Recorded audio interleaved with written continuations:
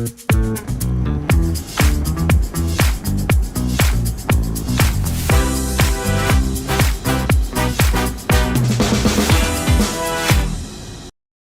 lanjutkan kembali pemirsa Opini, obrolan pas di sini ngobrol bersama Nick ya. Berarti Nick ini kalau di sekarang kita nyebutin apa nih? Owner Nick Coffee, founder, juga di NC Plus juga. Plus. Nah, kita bahas dulu seputar NC Plus ini. Ini kan Nick Coffee sudah ada nih. Oh, Betul. berarti usianya sekarang Nick Coffee sendiri juga 6 tahunan baru? 6 tahun. 6 tahun. Seumuran, Mas. Oke, dan NC Plus. Nah, apa itu NC Plus ini nih? Kalau dia dari baju Nick yang sekarang pakai nih, NC Plus Coffee Experience. Jadi basically kami tuh kalau sekarang masih kayak coffee shop biasa, yang menunya masih ala carte, yang satuan, kita masih bisa datang. Tapi kayak aku tuh benar-benar serving dari aku ke masnya langsung, dan aku tuh lebih ngikutin preferensi. Oh, Gitu. Kalau misalnya minum manual dulu nih, nanti aku bakal tanya preferensi ngopinya gimana nih mas? Kayak misalnya mas, kan kalau kopi ada tasting notes kan, ada rasa kayak ada yang rasa fruity, ada chocolatey. Nah aku kayak lebih nanya kayak senang yang gimana nih? Senang yang floral, chocolatey atau yang body misalnya gitu. Oh misalnya si tamunya ngomong senang yang fruity, nah nanti aku pilih, oh ada pilihan kopinya dari ini dari farm. Misalnya dari Indo gitu, nanti dari Indonesia ada farm, dari Aceh, dari Bali, kira-kira sih kayak gitu sih mas.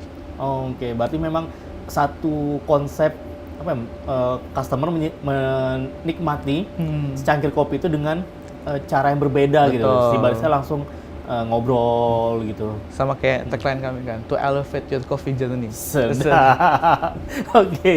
Nah, berarti itu ya untuk di NC Plus ini. Nah, jadi untuk Anda pemirsa Opini yang ingin menikmati kopi yang memang benar-benar kita banget gitu ya. Jadi bukan kehendak si baristanya, tapi memang kita yang ngobrol sama barista. Aku pengen cobain dong kopinya yang memang ada timbul rasa fruity-fruitynya. Nanti dari Nick akan jelasin, oh ini ada nih beatsnya. Betul, terus emang kayak kadang aku serving kopi kompetisi, aku kadang udah misalnya selesai kompetisi mas, nanti kopinya bakal aku serving juga ke tamu gitu, jadi bisa dapat pengalaman yang baru. Misalnya aku lagi, anggap hari ini aku lagi pengen ngulik air, kayak aku lagi nalemin air, nanti aku kasih cobain, ini mas cobain air, kalau pH-nya segini, terus kalau misalnya mineral sebanyak ini, kayak benar-benar bisa dapetin pengalaman baru. Dan basically, coffee experience yang aku rasain adalah, aku tuh pinginnya bukan cuma dapetin experience di kopinya, tapi misalnya nih, nanti mas ke tempat aku kan, kita bisa ngobrol banyak hal, kayak benar-benar, dan kursinya ada 4, dan itu tuh bisa sharing table sama tamu lain. Gitu, jadi kayak kalau guest yang datang itu wajib duduk dulu di bar, maksimum 35 menit, kita ngobrol. Terus kalau misalnya ada tamu lain yang join, kayak biar bisa connecting people. Sama kayak kenapa aku masih di industri ini, karena aku ngerasa, industri kopi itu benar-benar connecting people kan. Jadi kayak siapapun tamu yang datang, siapapun orang guest yang lagi pertama datang, mereka bisa nyatu. Bisa gitu. nyatu.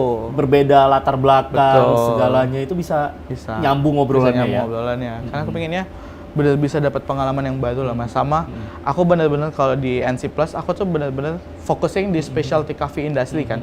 Jadi kalau di kopi, kayak Nick Coffee sekarang itu tuh aku focusingnya lebih kayak komersial. Jadi dia kopi susu, terus SS-an gitu. Tapi kalau di NC Plus benar-benar aku pakai full arabica, terus aku servingnya dengan secara yang benar gitu. Oke, nah kita flashback sedikit nih. Ini kan Nick sekarang kan sudah pernah juga ikut kompetisi loh. Kompetisi berarti se Indonesia dong itu. Nasional mas. Nasional. Wah luar biasa di usia yang sekarang. Nah itu kan pasti kalau sudah kompetisi skill mulai meracik kopinya dari biji kopi menjadi satu minuman ini kan butuh kalian khusus. Nah kalau Nick sendiri dulunya belajar ngeracik kopi ini, membuat kopi ini memang otodidak kah atau pernah juga akhirnya ikut juga sekolah barista? Aku pernah ikut sekolah barista. Dulu waktu awal-awal di industri kopi, baru into. Jadi di Bungkulu ada namanya Edu Coffee kan mas. Nah di Edu Coffee dulu dia buka short class, jadi kayak kelas pendek yang cuma 1 hari. Si Ko Andi itu ngundang Ibu Yuli namanya dari Jakarta. Dia undang ke Bengkulu buat pertama itu sebetulnya cuma buat ngajarin timnya Edu Coffee tentang industri kopi, tapi dia buka untuk publik juga. Nah waktu itu aku daftar, yang pertama kali banget aku belajar, terus aku belajar sama beliau. Itu masih kelas 6 SD ya. Mumet nggak? Itu kan pertama kali ngeliat ternyata tidak segampang itu. Ternyata banyak komponen-komponennya yang dipelajari. Wah ternyata lumayan ini, tapi menarik kan. Abis udah dalemin itu, terus aku waktu di SMP di 2020 sebelum COVID, itu aku ikut namanya CSP Barista Intermediate. Dia ada foundation dan intermediate, jadi ada 2 kelas Mas. Aku ikutin 2 kelas di Jakarta. Dulu kelasnya di ABCD Coffee of School. Itu tuh benar-benar sertifikasinya kami ngikutin standar yang dari dunia dan sertifikasinya juga diakui di dunia. Dan aku punya leveling. Jadi dia ada 3 level, ada foundation, intermediate, sama profesional. Nah, aku ngambil yang intermediate. Karena dapetin yang profesional itu tuh di Indo sangatlah susah. Aku harus keluar negeri buat dapetin, dan waktu itu dapat kesempatan buat bisa dapetin intermediate di Indo, kayak lumayan menarik. Dan waktu itu karena masih SMP kan, jadi bahasa Inggris masih belum rapi kan Mas. Jadi untungnya kelas itu tuh kami dapatnya kelasnya setengah-setengah, jadi setengah bahasa Inggris dan setengah bahasa Indonesia. Gitu. Jadi benar-benar dipermudah lah gitu jalannya di industrinya. Berarti memang apa ya, sudah dimudahkan semua jalannya Nick ya. Dan kalau untuk di kopi sendiri, ini kan kita sebagai orang Bengkulu kan juga sangat bangga sekali sama Bengkulu. Bengkulu yang provinsinya juga banyak juga kebun-kebun kopi dari daerah pegunungan, pantai pun juga kita ada kopi. Nah, kalau dari Nick sendiri nih ngelihat kopi kita yang ada di Bengkulu ini gimana nih? Menurut aku menarik Mas. Karena di 2 tahun kebelakangan ini ada satu prosesor yang sekarang kami hitungannya saling sharing, saling ngebangun di industrinya lebih kayak gitu. Jadi namanya ada Mantesa. Ini aku bawa Mantesa. Ini ya? Yang ini. Dia prosesnya hyperwash. Jadi dia pakai ozon. Jadi ozon itu tuh kita ngebuang bakterinya. Dan itu tuh sekarang di tahun lalu aku pernah bawain sampelnya ke Singapura. Di 2024 awal aku pergi ke Singapura. Lagi liburan tuh sekarang ketemu sama si temennya si Mantesa ini, temannya Mas Rian dan Mas Revo ini di Singapura. Aku kasih dia menitip sampling dan aku kasih sampling, kami cobain bareng-bareng di bulan Februari, di bulan kedua, 1 bulan setelah itu tuh dia langsung ngedilin semua. Jadi kalau kopi itu ada waktu panen kan Mas. Jadi waktu panen di bulan September itu tuh kita di Bengkulu untuk si Hyperwash itu tuh 250 sampai 300 kilo satu season.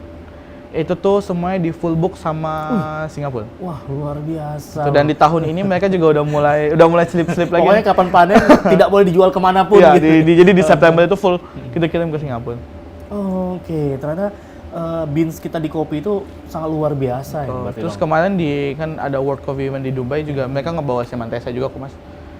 Si Mantesa yang ini. Si proses yang ini sama. Jadi emang kopi Bengkulu sekarang kayak sudah mulai happening di luar, di nasional pun udah terkenal dan di internasional pun juga sudah mulai terkenal. Mungkin karena tahun ini bakal kompetisi, bisa jadi bawa kopi ini. Nah, kalau dari Nick sendiri nih, ini kan di Bengkulu pun juga kita banyak jenis-jenis kopi berarti, dan juga banyak juga petani-petani kopi yang sudah aware gitu terhadap kualitas kopinya. Beda seperti ya 10 tahun lalu yang panen mau dia sudah matang atau belum, pada saat memang panen udah petik-petik aja gitu. Tapi kalau sekarang kan dari petani yang kita lihat mereka sudah tahu nih yang istilahnya petik merah gitu ya untuk menjaga kualitasnya. Kalau dari Nick, favorit dari Nick sendiri nih untuk di Bengkulu ini kopi dari mana nih? Enak semua Mas. Enak semua ya. Aku ngerasain happy. Karena di Bengkulu kayak beda farm, beda processing, dan di Bengkulu itu tuh mungkin kalau arabikanya di Bengkulu tuh masih sangat terkenal untuk natural processing atau classic processing kayak natural wash sama honey. Dan kopi Bengkulu overall menurut aku happy semua sih Mas dapetinnya. Punya keunikan masing-masing gitu punya ya. Karakter masing-masing. Benar. Nah, ini kan sekarang sering nih ikut kompetisi-kompetisi tingkat nasional. Tahun lalu sudah ikut. Tahun ini berarti sudah ada plan lagi nih. Belum tahu, tungguin surprise-nya aja deh Mas. Karena kapan lagi kita punya? Berarti kalau untuk seorang Nick ini kan barista terus. Nah, kalau orang-orang awam menyebut Nick ini apa nih? Seorang barista kah? Kayak Nick deh Mas. Nick. Pokoknya Nick itu semuanya bisa gitu ya. Enggak juga. Jadi kalau aku kayak bikin manual lebih tetap bisa, karena basicnya barista kan bikin manual lebih bisa, bikin latte art bisa dikit lah gitu. Tapi sekarang sudah mulai ngeranah ke roastery, kita mulai lagi developing roastery. Jadi kami lagi baru banget launching beberapa bulan ini, namanya NC Supply. Dia yang buat nge-supply teman-teman di industri kopi. Kayak aku ngerasa wah di Bengkulu peluangnya dan kopi Bengkulu tuh bisa dicobain ke semua orang. Kayak aku ngerasa teman-teman di Bengkulu kadang pakai kopi Mereka padahal kopi Bengkulu banyak kan, tapi mereka belanja kopi itu dari luar. Oke, yang benar. buat harian buat mereka seduh, buat Betul, espressonya kayak mah aku ngerasa sayang gitu loh Mas, kayak aku sedih kan. Kayak Bener kopi yang tadi Bengkulu. Nick ceritakan bahwa kopi kita sampai ke Singapura, dibawa juga ke Dubai gitu. Ternyata pas pada saat orang kita sendiri yang ngopi harian, pakainya Aceh Gayo lagi, Betul. balikin Tamani lagi gitu. Gitu. Walaupun aku pun kadang masih pakai kopi luar buat harian.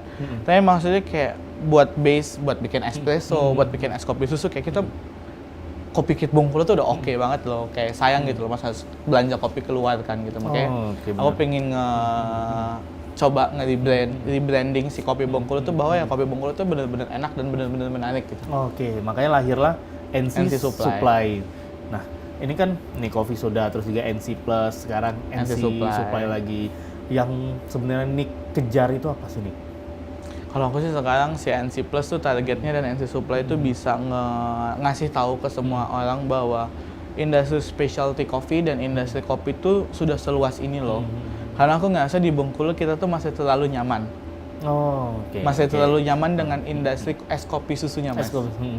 Kayak aku kayak masa sih kita harus everyday minum es kopi susu? Oke, sebenarnya banyak yang lebih ini Bisa lagi gitu ya. banyak yang bisa kita cobain. Jadi kayak aku pengen ngasih coba bahwa ya kopi kita tuh es kopi susu enak. Dan aku tuh pengen cobain kayak industri specialty coffee tuh sudah sebesar ini loh. Masa teman-teman masih ingin fokus di es kopi susu aja gitu, lebih yang kayak gitu sih Mas. Oke, betul. Datang ke coffee shop, belanjanya es kopi susu gitu. Atau yang sekarang lagi happening es kopi gula aren. Sama butterscotch. Oh, sama butterscotch. Mana Oke, sama benar. butterscotch lagi viral banget tuh. Di mana-mana butterscotch. Kalau dari Nick sendiri kan sebagai orang yang terjun di dunia kopi, nah apa nggak bosan gitu nih? Kalau kita lihat kan seperti misalnya orang yang bergerak di dunia F&B, misalnya yang ayam goreng tiap hari kan otomatis harus makan ayam goreng. Nah kalau Nick ini kan tiap hari harus ngopi terus nemuin satu hal yang baru lagi gitu. Betul. Kalau aku sih memang kemarin tuh sempat burn out juga Mas. Sempat stuck kan di industri. Oke. Sempat burn out. Tetap ngerasain itu Tetap ya. ngerasain burn out kemarin aku di 2022 sampai 2023 akhir aku benar-benar burn out kayak aku bingung nih di industri kopi, benar-benar stepping backward. Kayak aku melangkah mundur dulu buat istirahat dan ngerasa atau aku bisa cobain untuk fokus di sekolah. Oh, Terus kayak stuck kan 2022 2023 sekolah dulu deh gitu. Tapi ternyata di akhir 2023 ada kompetisi nasional. Karena aku baru 17 tahun, udah punya KTP. Timbullah semangat itu lagi. Iya, punya, Oke. udah punya KTP bisa coba ikut kompetisi. Udah ikut kompetisi nih, ikut kompetisi apa dulu di nasional. Terus waktu di nasional aku dapat top masuk semifinal Mas. Wah, keren nih. Dan Gitu. pemirsa, Opini ternyata ini orang yang luar biasa sekali, anak muda luar biasa. Dan seperti apa obrolan lanjutan kita bersama dengan Nick, jangan kemana-mana. Kita akan lanjut lagi setelah yang kelewat berikut ini.